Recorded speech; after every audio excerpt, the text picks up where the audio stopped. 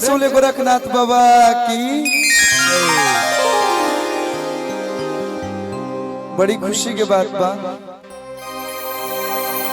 कि आज आस्था जी और हमने के शुभम भैया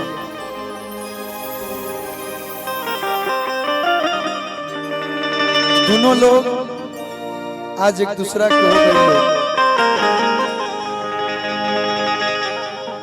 और अपना जीवन में हर एक लोग के लिए सपना होला कि हम जिसको चाहते हैं या हम जिसके हैं हम उसी के जीवन भर रहे हैं। तो ये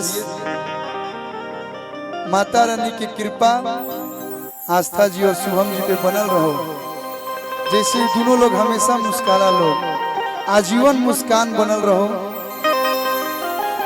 आज 7 जन्म के लोग कसम खाई लोग 7 जन्म साथ रह लोग।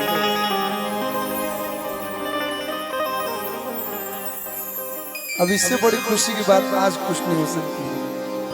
भोजपुरी इंडस्ट्री जिस पे गर्व करता है, भोजपुरी इंडस्ट्री को जिस पे नाज है, उस अभिनेत्री का शादी है। हम चाहेंगे कि एक बार आस्था जी और शुभम जी के लिए जोरदार ताली आप लोग बजा जोरदार ताली और आशीर्वाद दे दीजिए। इतनी कमजोर ताली, जोरदार ताली चारों तरफ से बजा दीजिए। और आज पूरा भोजपुरी इंडस्ट्री आज जाइल बा, काहे कि जब भी अपना परिवार के शादी होला, जब भी अपना परिवार में खुशी के मौका मनावल जाला, तो सब लोग कोशिश करेला कि शामिल हो की जा। जैसे कि अभी मंच पे मुलाकात भइला समर भैया से, क्वीन शालिनी जी, शिल्पी राघवानी जी, पल्लवी जी, आस्था जी के शादी हो गई। अब यहू तीनों लोग के ब्याह हो जाओ जल्दी जल्दी का हम चाहे ना भैया, हमार हो गई। अब हमारा साथ जितना जना बालो सब लोग के धीरे धीरे होकर हो। मंच पे उपस्थित आप भी लाइन में है क्या?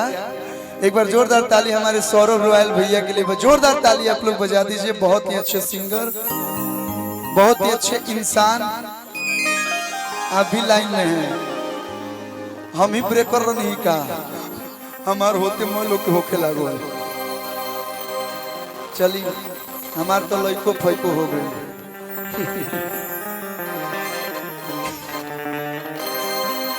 सौरभ भैया जितना सुंदर दिखते हैं उससे ज्यादा कहीं सुंदर आपका व्यवहार है, और आपका व्यवहार ही है जो सारे लोग आपको कहीं भी देखते हैं दिल से लगाते हैं। हम लोग के बीच एक ऐसे शख्स उपस्थित हैं, कंटिन्यू 3-4 साल से अगर उनकी कलम हमारे जीवन में ना चले तो अभी अधूरा है। अभी के रेट में श्री आशुतोष तिवारी पेन मैन किया के नाच रे पत्थर की नगीन जैसन गाना सुने हैं ना आप लोग? ये गाना यही लिखे हैं, और हमारे लिए ही नहीं, भोजपुरी में जितने भी कलाकार हैं। अब ये कोई नया नया गाना हिट भइल बा कि चश्मा लगा के हैंडसम लगो तारा, साउथ वाला हीरो से न कम लगो तारा, हम है यूपी बिहार वाला हमें। देखिए खुशी होला, चाहे हमार गाना बाजे चाहे भोजपुरी के कोनो भी कलाकार के गाना बाजे, हमारा भोजपुरी बजता है तो ही हम लोग हैं।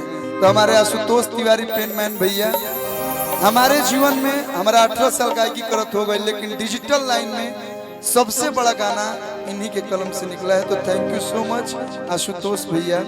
और वो देखिए आप प्रिंस प्रियदर्शी पैराडाइज प्रोडक्शन, वाह सब लोग आए हैं। ये प्रिंस प्रियदर्शी जी हैं, इन्होंने मेरे लिए, अब मैं क्या क्या बोलूं, ये ऑडियो के साथ साथ वीडियो भी आजकल ये बना रहे हैं। अच्छा प्रिंस प्रियदर्शी भैया का बहुत बहुत धन्यवाद। ये मेरा विभांशु तिवारी भाई, भोजपुरी का एक ऐसा डायरेक्टर जिसने आके भोजपुरी का बजट बढ़ा दिया। अब इसको मैं तारीफ समझूं या बेइज्जती, एक से बढ़ के एक वीडियो आप करते हैं, आपके वीडियो में क्वालिटी दिखता है। ऐसे भोजपुरी को आप लोग आगे बढ़ाते रहिए। आप लोग हैं तो ही हम लोग हैं। मंच पे उपस्थित मेरा छोटा बाबू आर्यन बाबू, इसके लिए एक बार जोरदार ताली बजा दीजिए। आप लोग आशीर्वाद दे दीजिए। इस ये उम्र में हम हुए ना नचत गावत रही। बबुआ खूब आगे बढ़ो। अखिलेश राय भैया स्वागत बाप के, भोजपुरी के हर कलाकार के आप प्यार मान सम्मान देना। सब लोग जुटल बा, यादव राज भैया, सब लोग के स्वागत। अब नाम लें तो बहुत ऐसा लगे हम भाषण देवे। एक गाना से मेरा उपस्थिति रहेगा।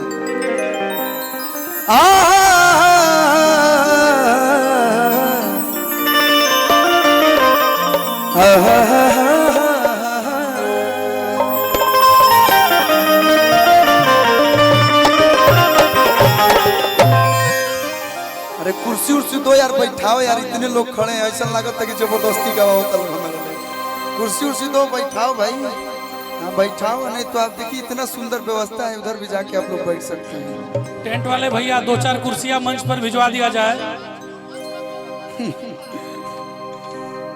आज जब शुभम भैया बारात लेके आवत रहे हैं, हमनी के गांव में माई बहन चाची लोग आवेला लोग, जब दुआरे बरियात लागत हुई तो उस समय को बड़ा भोजपुरी में बढ़िया विवाह गीत गवाला हम अपना एल्बम में गौले बने। अरे किया पन खोरिया बाहर आए कहना पापा, अरे अपन खोरिया अरे बाहर आए कहना। आज इतना सुंदर लग रहा है ना शुभम भैया, हमने के कतनो आज क्रीम लगा ले जो उनकर ले सुनर आज हमने के ना लगता। आज के हीरो वही हैं। अरे किया अवतारे दूल्हा अवतारे दूल्हा बैठे के मानस दुल्हन के बुलिया कुर्सी हो,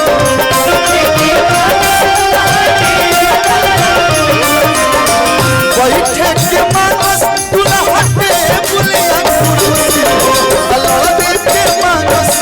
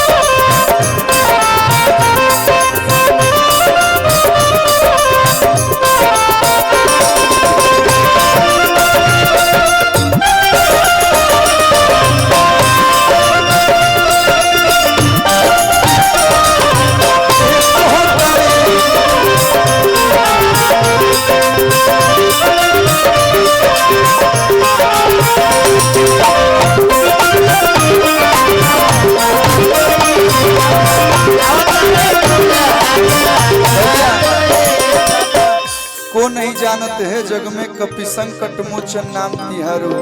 ग्लोबल म्यूजिक को कौन नहीं जानता है। और आज ग्लोबल म्यूजिक से हम लोग के बॉस राजकुमार सर तो अभी यहाँ पे उपस्थित नहीं है, बट उनके बिहाफ में अजीत सर यहाँ पे उपस्थित है। सर का बहुत बहुत स्वागत।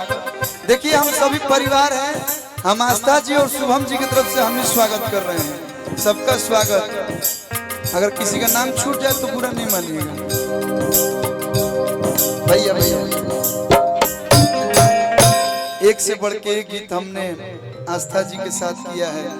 सारे सॉन्ग को आप लोग इतना प्यार दिए हैं, सब हिट हिट पहले बड़ा लोग, सब लोग के बहुत बहुत धन्यवाद। अरे अभी शिल्पी जी आए थे, कहाँ है, कहाँ चल गई? शिल्पी रघवानी जी अगर मेरी आवाज सुन रहे तो बहुत हार्ड परत रहे मेरा।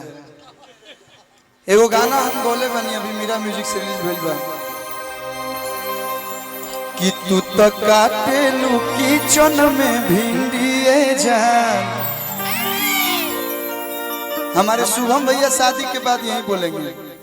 हम मैं ये नहीं जानता आस्था जी खाना अच्छा बनाती है नहीं बनाती है, बट ये शुभम भैया कहेंगे कि तू तो काटे लुकी चन में भिंडिए जान उपसाटी के काला काला बिंदिए जान मन तुहरा परजवा के गिल भइल बा बोल का